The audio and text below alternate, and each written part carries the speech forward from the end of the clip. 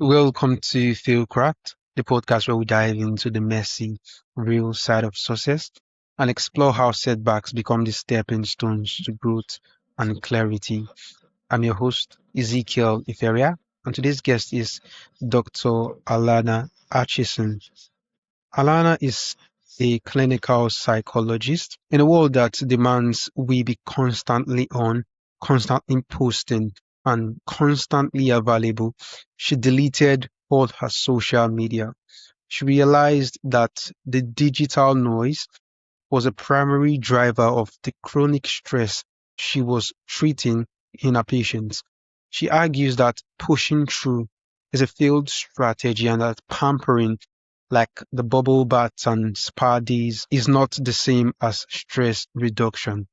She's an expert on the Strong Black Woman Schema and the creator of the 5 pillars of stress reduction. She's here to talk about the courage to go dark, why resilience can sometimes be a trap, and how to heal a nervous system that has forgotten how to rest. Dr. Alana, I am very excited to welcome you to the show.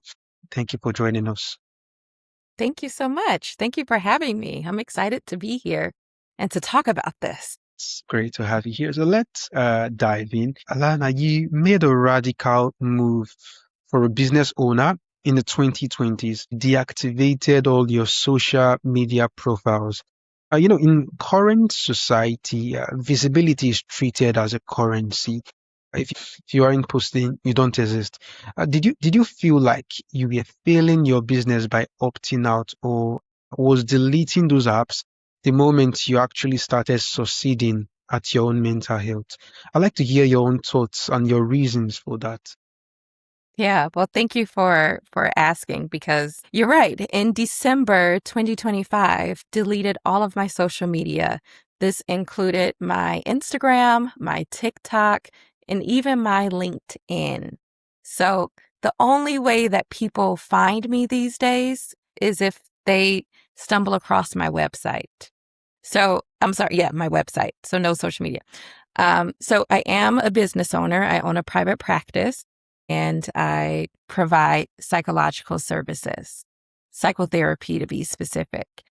So I advertise on a couple of websites, really just maybe two, and that's the only way that clients see me. So I definitely considered the risk of deleting my social media. Kind of what would that do to my work? What would that do for my business? How would it affect it? And ultimately I landed on, I think it would actually strengthen my business and strengthen my profile or even interest in clients.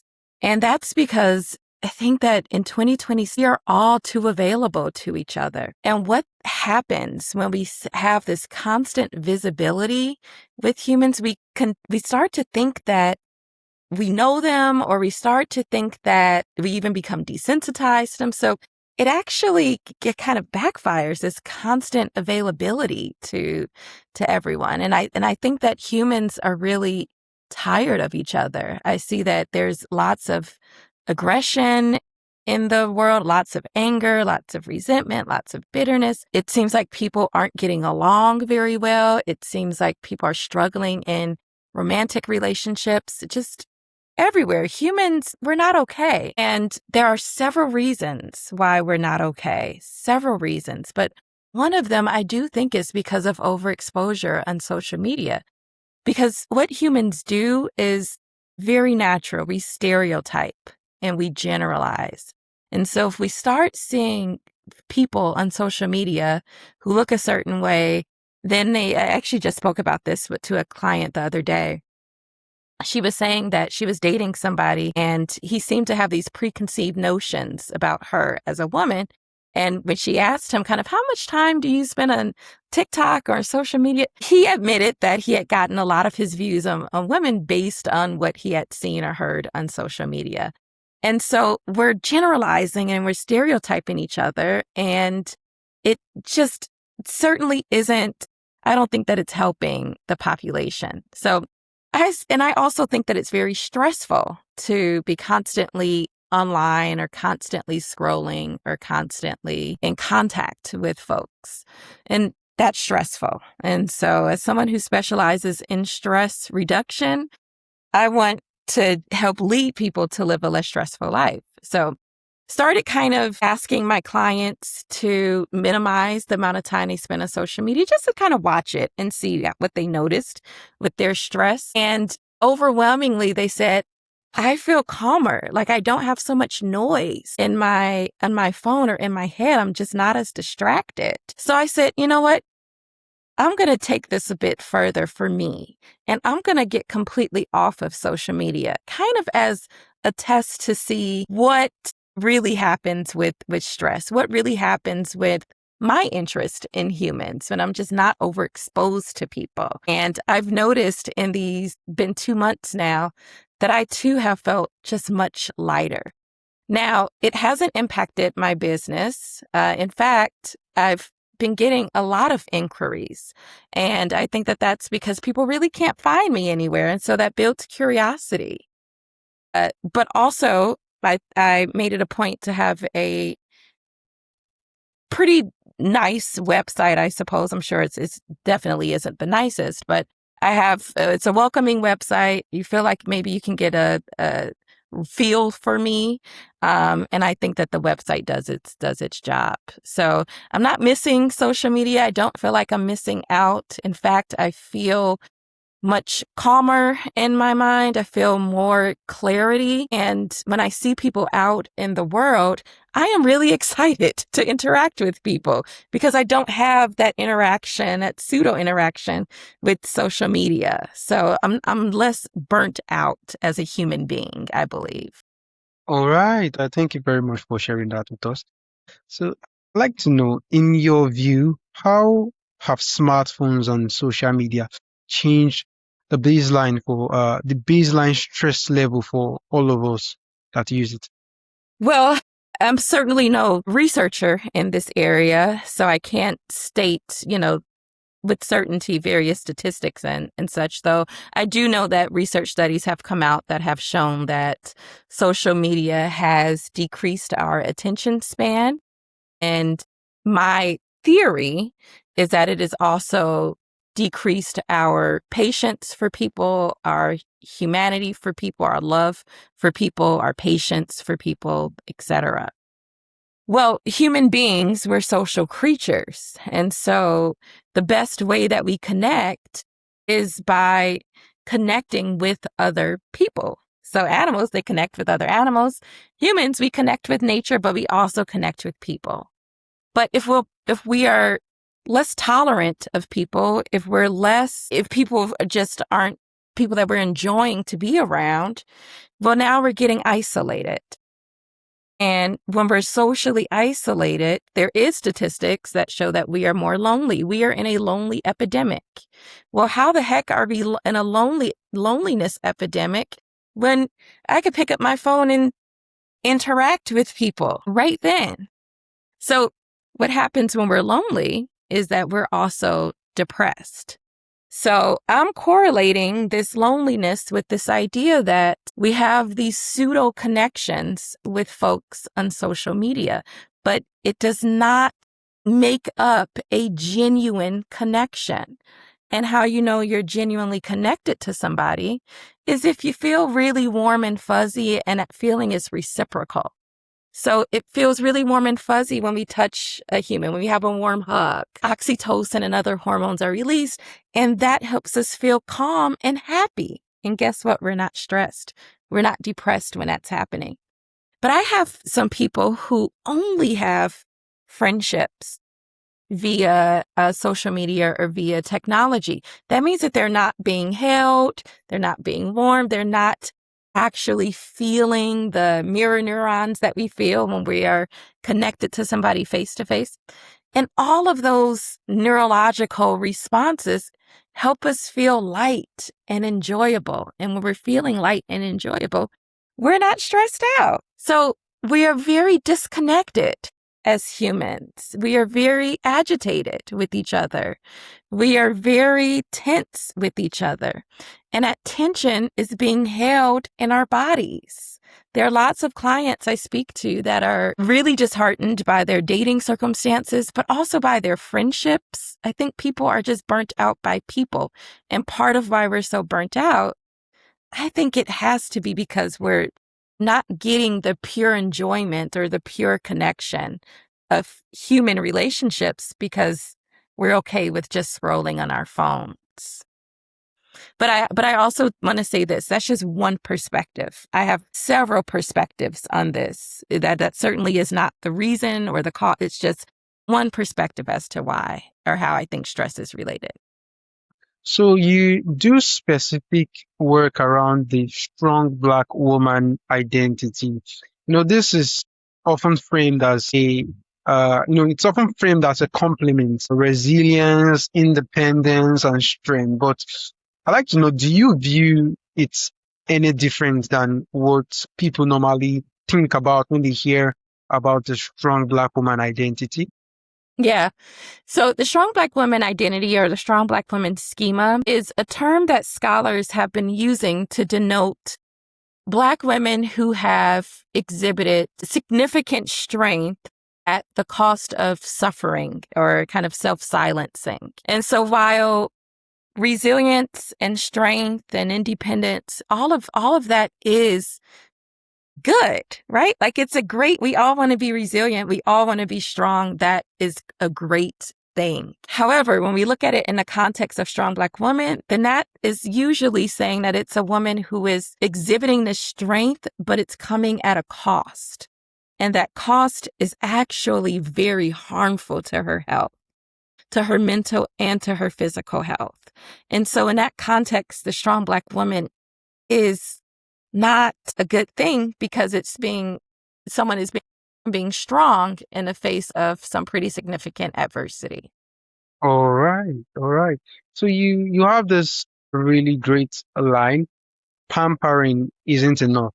We often think self-care means a massage or a glass of wine or maybe a little vacation. So why do these temporary fixes fail to address the root cause of burnout? I'd like to hear your own thoughts.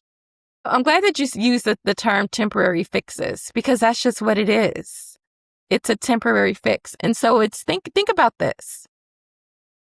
If let's say you're cooking and you cut your finger, the first thing you're probably going to do is put a Band-Aid over that finger and try to wrap it up.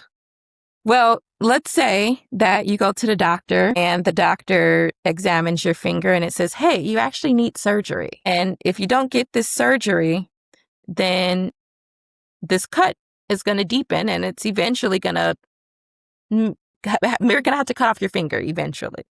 And so you say, okay, doc, but you go home and you put a Band-Aid over your finger. And you say, yeah, I'm not going to deal with it. I'm just going to keep putting this Band-Aid on it and maybe it'll fix itself. Well, ultimately, you need surgery on the finger or else you're going to lose it. That Band-Aid, while it helped you in the moment, it did not prevent the worsening or the deterioration of your finger. And that's exactly what some of these self-care techniques do. They absolutely are effective in the moment. But if there are deeper issues that need to be addressed, and in many times with chronic stress, there are deeper issues that need to be addressed, then the pampering is only going to go so far. Eventually, you're still going to need to address the root cause. Just as in this finger example, eventually you do need to get surgery. So it helps in the moment, but it is just what you said, temporary. All right. So, Dr. Alana, you talk about what you call the 5 pillars of stress reduction. So could you quickly tell us what are they and how can people use them to understand their own stress? So I identified 5 factors or 5 areas that are most helpful when you work on them with some regularity and keep up with these, that you will live a life that is low stress. And that's important because I'm all about prevention. And if we can prevent issues, then life can be pretty good. And so I'm all about preventing stress. Of course, I'm trained to treat it, but I'm not satisfied with treating it. I won't be satisfied until nobody comes to me with stress problems. At least that's my mission.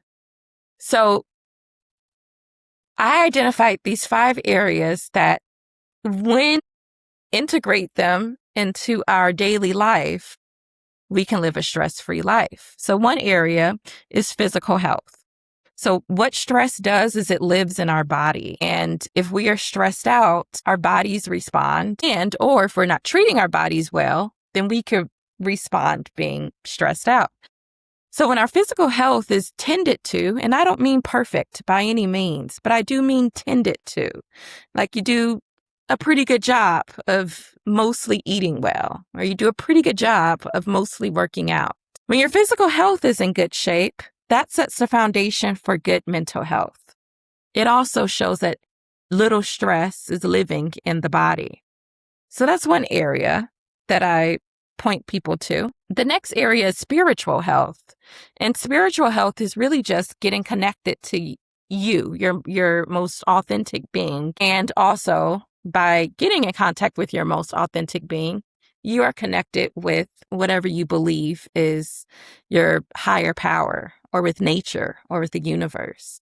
That keeps us stress-free or very low stress when we feel like we're living in our purpose, we're living out our authentic selves. The next pillar is creative health. And this is really an expression of ourselves. How do we express what we're feeling, what we're going through? As a psychologist, I feel like I can say this. I think that as a society, we talk a lot, and maybe we even talk too much. Sometimes we need to express ourselves differently. Maybe not through words, but maybe through art, maybe through dance, maybe through how we dress or how we, whatever. Kind of leaving room for expression that doesn't have to do with speaking. That release or that expression helps calm us. It helps us decompress. So that's physical health, spiritual health, creative health, cognitive health. And our cognitive health is fueling our brain. Our brain is a muscle. Maybe it's an organ. I don't think it's a muscle, actually. But our brain likes to be used and exercised. Mm-hmm. And we constantly can grow. And so when we challenge ourselves, when we read, when we nourish our brain, challenge ourselves, use logic, use reasoning, think things through, kind of pause so we're not burning out our attention span, then we feel sharper. And when we feel sharper, by the stress comes our way, because stress will come. But when stress comes our way, we know how to deal with it.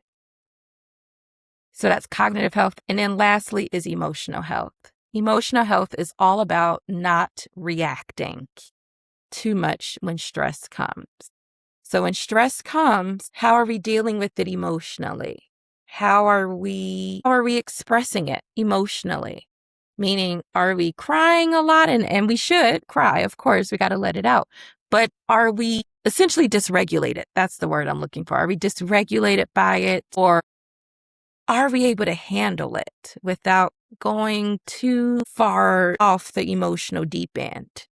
And we want to be able to handle things emotionally. I hope people kind of pay attention to each of those areas. There is no seeking of perfection here, but it's just when these areas are tended to, when we know what we need to do in each of these areas. My belief, and I live this as well, is that we can deal with stress easier. And because we feel like we can deal with stress easier, we're actually calmer. We're less stressed out. All right, all right. That was a really insightful response, Dr. Alana.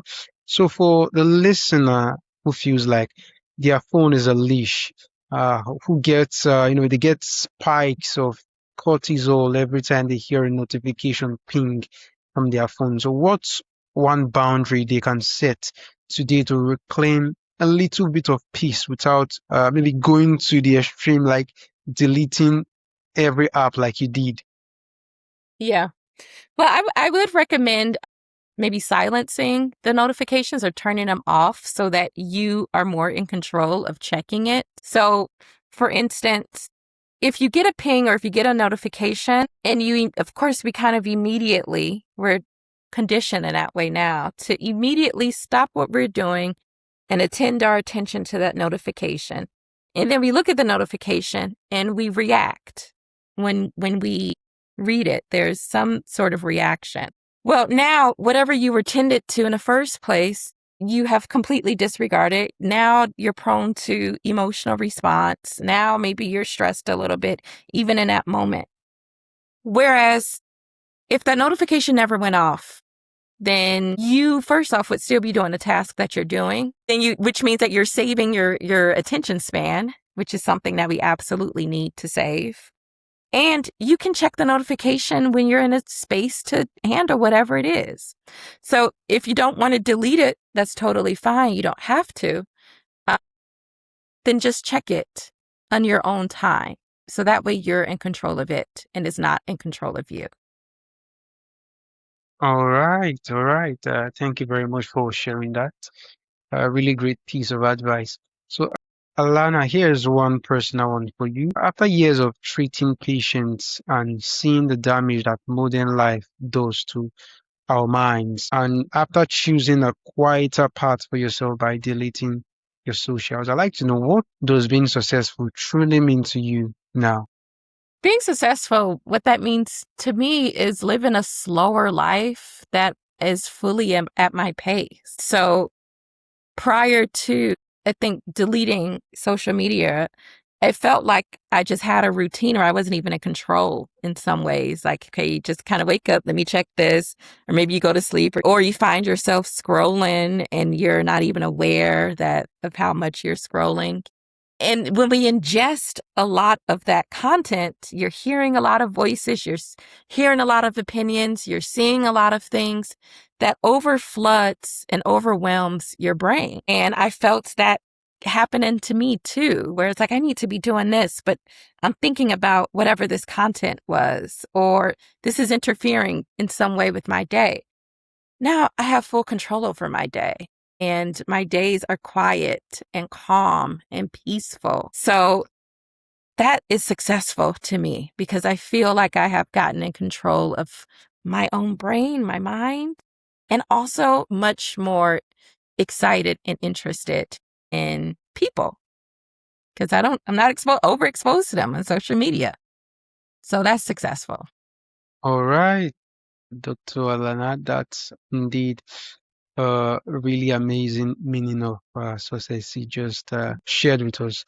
So thank you very much for doing that. So Yeah. lastly, for our listeners who want to find you, since they can't find you on Instagram or other socials, where is the best place for them to go? My website. They can absolutely find me on my website, which is Alana Atchison, PsyD. I'll spell it AlanaAtchison